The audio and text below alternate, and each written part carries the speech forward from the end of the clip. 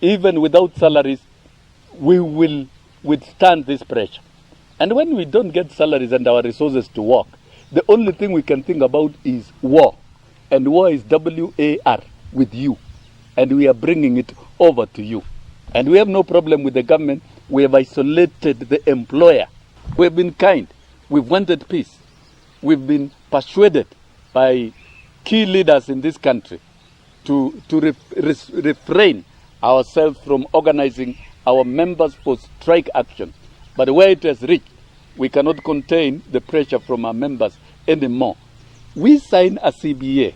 We have a certificate, but the employer decides unilaterally to blacklist, to suspend the CBA, blacklist the members of NAT, suspend the CBA, deny our members promotion. That really is not anything that will create peace.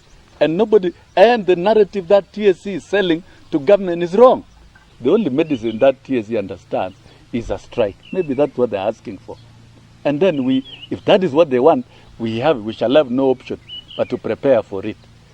Wacha hii mgomo ya madaktari, this will be a mother of all.